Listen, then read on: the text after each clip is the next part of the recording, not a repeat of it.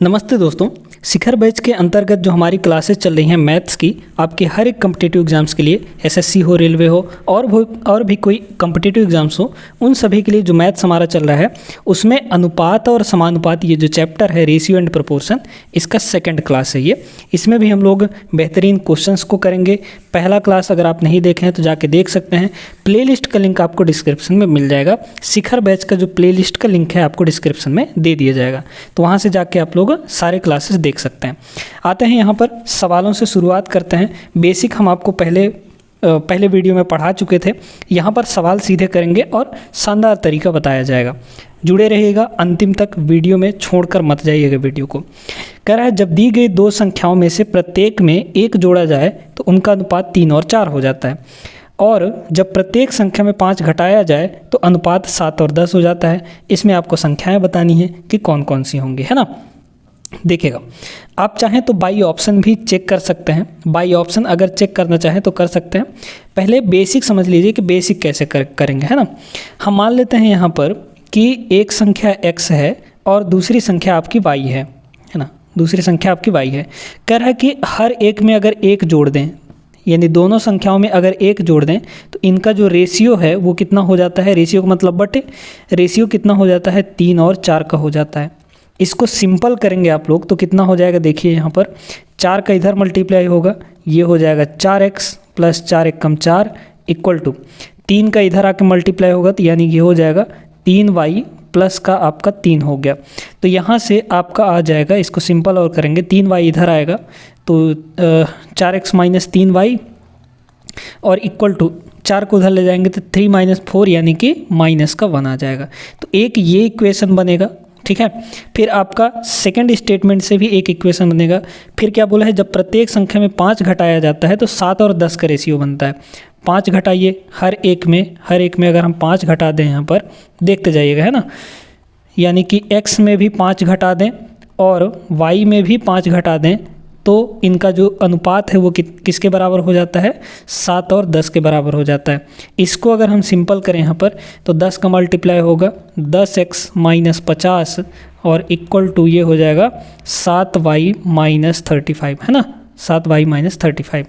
आगे देखिए, इसको फिर से सिंपल करेंगे तो 10x माइनस y 7y इधर आएगा इक्वल टू प्लस का 50 उधर जाएगा, यानी प्लस 50 माइनस 35 कितना हो जाएगा, 50 में से 35 घटाइए, ये आपका आ जाएगा 15 और ये सेकंड इक्वेशन हो गया। आपको यहाँ पर क्या करना है दोस्तों, सिंपल आउट करेंगे, मतलब इन दोनों को सिंप्लीफाई करेंगे, सॉल्व करेंगे दोनों इक्वेशन को, तो आपको x और y की वैल्यू मिलेगी, है ना। x और y की ही वैल्यू आपके यहाँ पर ऑप्शंस में मिल जाएगा। तो एक तो तरीका ये हो गया। बाई ऑप्शन करेंगे तो ज़्यादा आसान पड़ेगा। देखिए कैसे, हम पहले ऑप्शन को लेकर चलते हैं। पहले ऑप्शन में हमारा 8 और 11 है। क्या बोला है कि संख्याओं में एक जोड़ दें। अगर एक एक दोनों में जोड़ दें तो एक एक जोड़िए दोनों में। 8 में एक जोड़ेंगे 9 हो जाएगा, 11 में एक जोड़ेंगे 12 हो जाएगा। क्या इनके बीच का रेशियो 3 और 4 हो पा रहा है? काटिए भला, क्या हो जाएगा, 3 से दोनों को काटिए, 3 3 9 और 3 चौक 12, ये हो जा रहा है। अब पहला स्टेटमेंट तो हमारा करेक्ट हो गया। ये अब दूसरे स्टेटमेंट को चेक करेंगे कि 5 घटाने पर भी 7 और 10 हो रहा है कि नहीं हो रहा है। तो 8 और 11 में 5 घटाइए, 8 में 5 घटाएंगे तो कितना मिलेगा हमको, 3 मिलेगा, और 11 में 5 घटाएंगे तो हमको कितना मिलेगा, 6 मिलेगा, है ना। यानी 3 और 6 मतलब कि 1 और 2 का रेशियो आ गया। तो क्या 7 और 10 का रेशियो आया? बिल्कुल नहीं आया।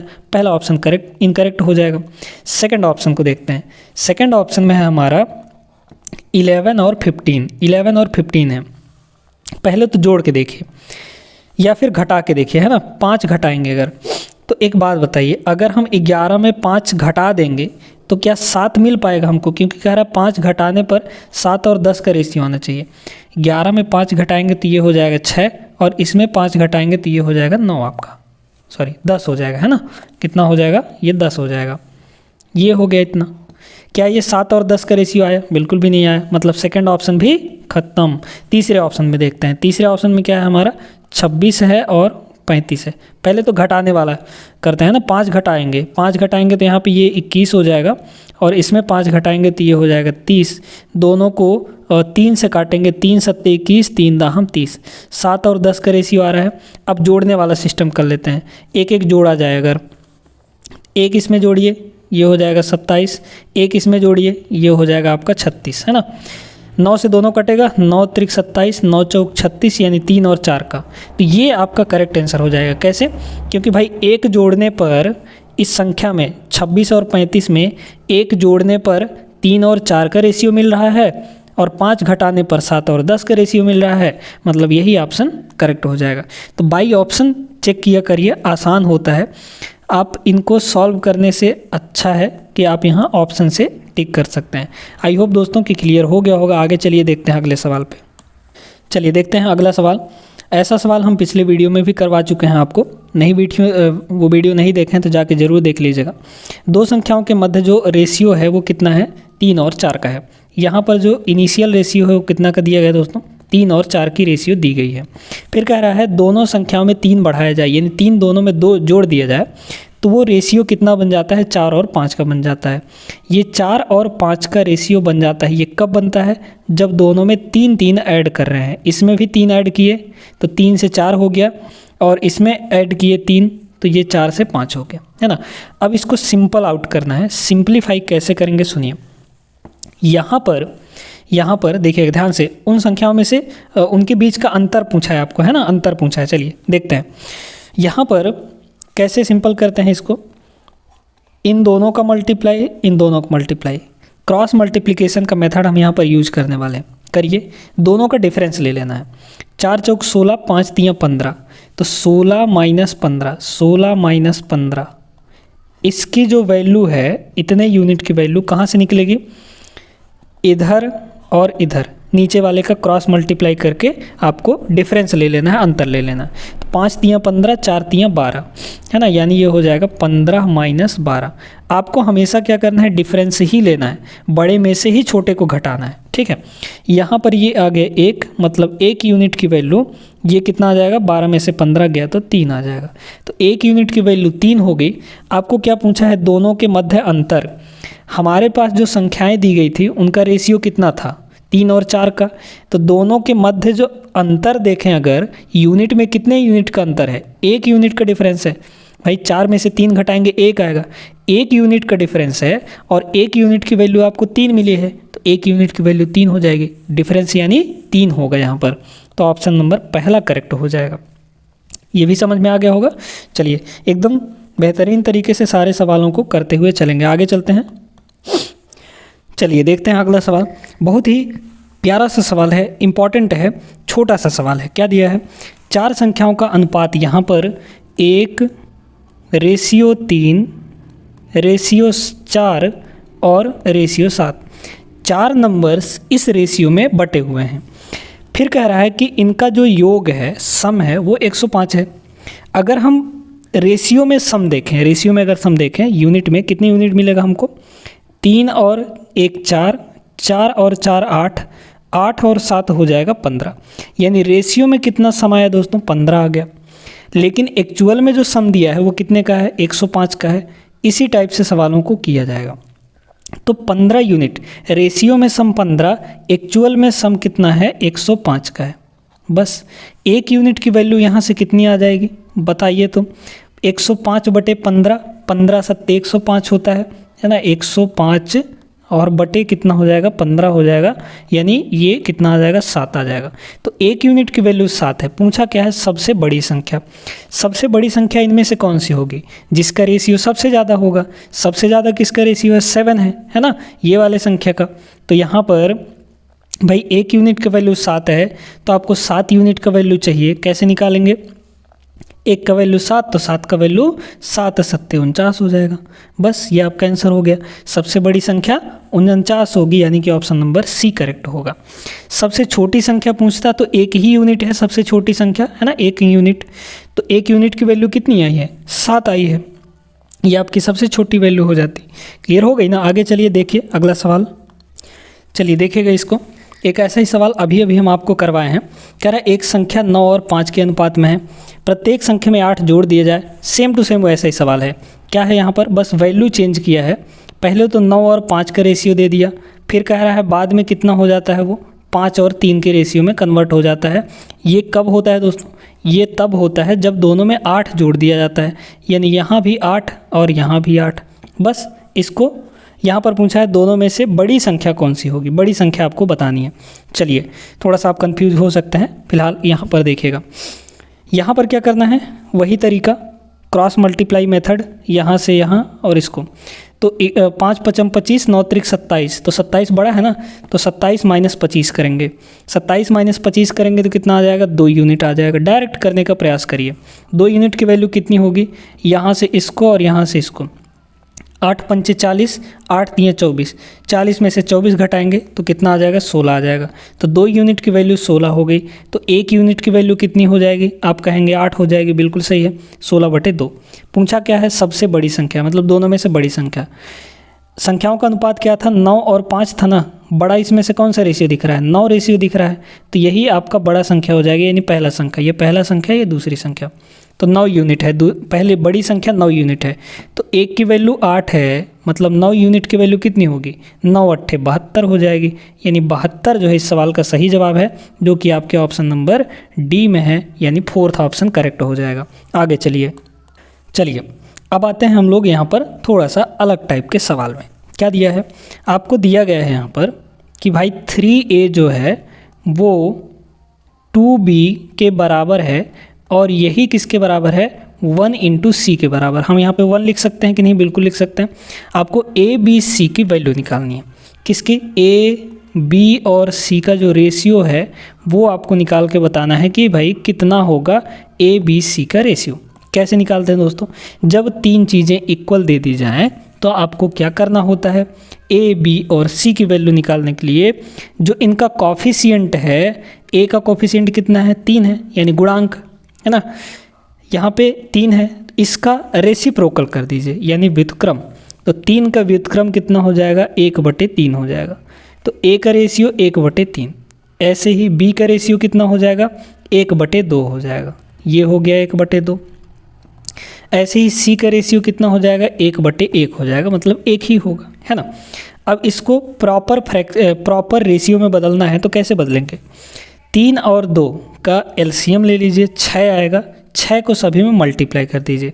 6 को सभी में मल्टीप्लाई करेंगे तो ये हो जाएगा 6/3, यानी कि 2। यहाँ पे 6 का मल्टीप्लाई करेंगे, 6 कम 6/2, यानी कि 3 हो जाएगा। और यहाँ पे 6 का मल्टीप्लाई करेंगे, 6 कम 6 हो जाएगा। तो a b और c का जो रेशियो है वो कितना आ जाएगा, 2 3 और 6। 2 3 और 6 ऑप्शन नंबर बी है, ये आपका करेक्ट हो जाएगा। इस टाइप से सवाल आएगा तो उम्मीद करते हैं आप लोग बना ले जाएंगे, है ना। जब भी 3 चीज़ें बराबर हों और रेशियो पूछा जा रहा हो, जस्ट उनके कोफिशिएंट यानी गुणांक का रेसिप्रोकल कर दीजिए और रेशियो ले लीजिए। फिर उसको आप बदल सकते हैं किसमें, यहाँ पर किसमें, प्रॉपर रेशियो में। जैसे मान लीजिए कि एक सवाल हम आपको और दे रहे हैं। यहाँ पर मान लीजिए कि a/4 और यहाँ पर equal to b/7 equal to c/6 है, इस टाइप से। अब आपको पूछा गया इसमें कि भाई a, b और c इन तीनों का रेशियो बताओ क्या होगा। कैसे निकालेंगे, कोफिशिएंट a का कोफिशिएंट कितना है, 1/4 लिख सकते हैं इसको, 1/4 है ना, तो उल्टा करेंगे तो कितना होगा, 4 हो जाएगा, यानी 4/1 तो 4। b का कोफिशिएंट कितना है, 1/7 है, तो 1/7 का उल्टा करेंगे तो 7 हो जाएगा। ऐसे ही यहाँ पर c का कोफिशिएंट 1/6 है, तो उसका उल्टा करेंगे 6 हो जाएगा। a b c का सीधा सीधा रेशियो आ गया 4 7 और 6। सिंपल सा है, उम्मीद करते हैं क्लियर हो गया होगा। आगे चलिए बढ़ते हैं अगले सवाल में। ये सवाल दोस्तों बहुत इंपॉर्टेंट सवाल है, देखिएगा। यदि 3 संख्या 2 3 और 5 के अनुपात में है, उनके योग का दोगुना, योग का डबल 100 है, तो तीनों में से सबसे बड़ी संख्या का वर्ग क्या होगा, है ना। सवाल थोड़ा घुमा के दिया है। चलिए, यहाँ पर कह रहा है योग का दोगुना 2 3 और 5 के अनुपात में दिए हैं।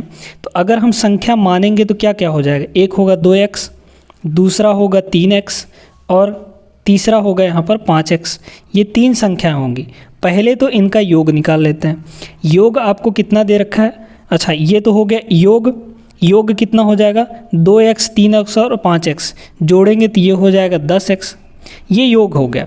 अब इनके योग का डबल, इसका डबल करिए तो 10x का डबल कितना हो जाएगा, 20x हो जाएगा।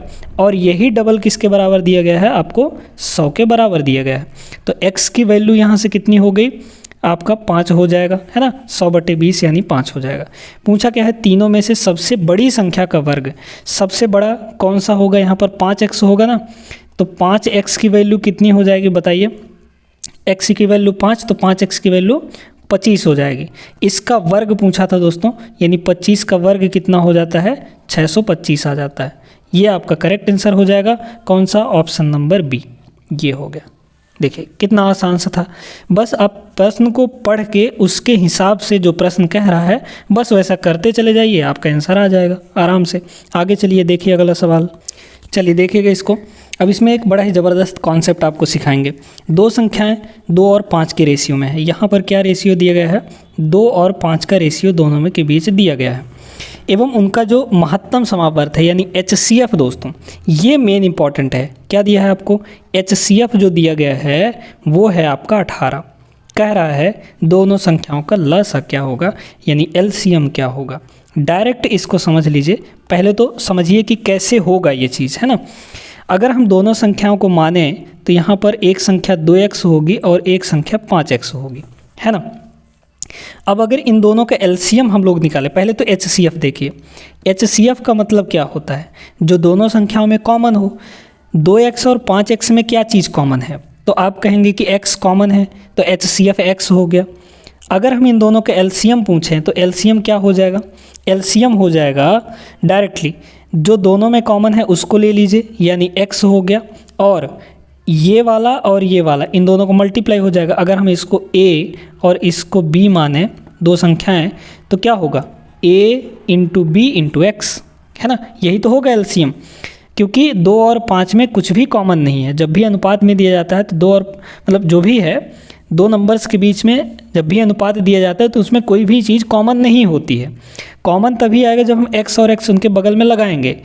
कॉमन पार्ट आपका HCF हो गया, और LCM कितना हो जाएगा, या उन दोनों की मल्टीप्लाई भी और जो कॉमन चीज़ है उसको भी ले लेंगे, तो a b × x ये LCM हो जाता है। तो जब भी ऐसा सवाल दे, इन्हीं दोनों फार्मूलों को याद रखिएगा तो आपका आंसर आ जाएगा। HCF का मतलब x, और x HCF कितना दिया है, 18 दिया है। तो सीधे सीधे जब दो संख्याएं अनुपात में दी गई हों तो LCM कैसे निकालेंगे, दोनों अनुपातों को मल्टीप्लाई और इनटू जो उनका HCF दिया होगा, क्योंकि x जो है वो क्या है, HCF ही तो है, तो यहाँ पर ये हो जाएगा HCF। ठीक है, डायरेक्ट करिए, ये फार्मूला याद रखिएगा। दोनों का अनुपात कितना है, 2 और 5 है, तो 2 और 5 का मल्टीप्लाई इनटू HCF कितना है, आपको 18 दिया गया है, तो ये 18 हो जाएगा। इसको मल्टीप्लाई करेंगे 5 दूना 10 और 18 का, तो 180 आ जाएगा। 180 सवाल का सही जवाब हो जाएगा, है ना। तो इसको याद रखिएगा, बस ये मेन इंपॉर्टेंट पॉइंट है आपका। ऑप्शन नंबर पहला यहाँ पर करेक्ट हो जाएगा दोस्तों। आगे बढ़ते हैं, एक आध सवाल और यहाँ पर करते हैं हम लोग। चलिए इस सवाल को देखिएगा, ये भी एक बड़ा ही बढ़िया सवाल है। A और B का रेशियो 3 और 4 है, B और C का रेशियो 6 और 5 है ना। ऐसा सवाल करने का तरीका हम आपको पहले वीडियो में बताए हुए थे, नहीं देखें तो जाके देख लीजिएगा ज़रूर। फिलहाल यहाँ पर बता देते हैं। A B का रेशियो कितना दिया गया है आपको, 3 और 4 का रेशियो दिया गया है, ये A और B का रेशियो है। B और C का जो रेशियो है, B और C का रेशियो 6 और 5 दिया गया है, यहाँ पर 6 है, यहाँ पर 5 है। अब देखिए दोस्तों, यहाँ पर B यहाँ पर भी है, B यहाँ पर भी है, कॉमन है B, तो A B C का जो रेशियो है वो कैसे निकालेंगे हम लोग, A B और C इन तीनों का एक साथ रेशियो कैसे निकालेंगे सुन लीजिए। A का रेशियो निकालने के लिए इन दोनों को मल्टीप्लाई, तो 3 और 6 का मल्टीप्लाई कितना हो जाएगा, 18। B का रेशियो निकालने के लिए इन दोनों को मल्टीप्लाई, तो 6 चौक कितना हो जाएगा, 24 हो जाएगा, है ना। फिर C का रेशियो निकालने के लिए 4 और 5 का मल्टीप्लाई, यानी कि 20 हो जाएगा। कट रहा है तो काट दीजिए, 2 से कट जाएगा सब, है ना, 2 से कैंसिल आउट हो जाएगा। 2 से इसको काटिए, ये आ जाएगा 9, 2 से इसको काटेंगे ये हो जाएगा 12, और 2 से इसको काटेंगे ये हो जाएगा 10। क्या बोला है, A रेशियो A + C, तो A की वैल्यू 9 है, C की वैल्यू 10 है। करिए, A और ए प्लस सी का रेशियो है ना, ए प्लस सी का रेशियो कितना हो जाएगा, ए कितना है आपका 9 है और ए और सी मिलाकर कितना हो रहा है, ए 9 है सी 10 है, तो 10 और 9 19 हो जाएगा। ये 9 और 19 का रेशियो आएगा आपके ऑप्शन नंबर सी में, सी ऑप्शन इसका करेक्ट हो जाएगा। तो ये भी आपको समझ में आ गया होगा। तो आई होप कि दोस्तों आज की ये क्लास में जितने भी सवाल करवाए हैं आपको अच्छे से क्लियर हो गए होंगे, और ऐसे सवाल आते हैं आपके एग्ज़ाम में तो आप आसानी से बना लेंगे। आगे मिलेंगे हम लोग अगले क्लास में, अगले वीडियो में। तब तक आप लोग सभी अपनी पढ़ाई लिखाई अच्छे ढंग से करते रहिएगा। चैनल को सब्सक्राइब कर लीजिए अगर आप चैनल पर नए हैं तो। मिलेंगे नेक्स्ट क्लास में, तब तक के लिए जय हिंद।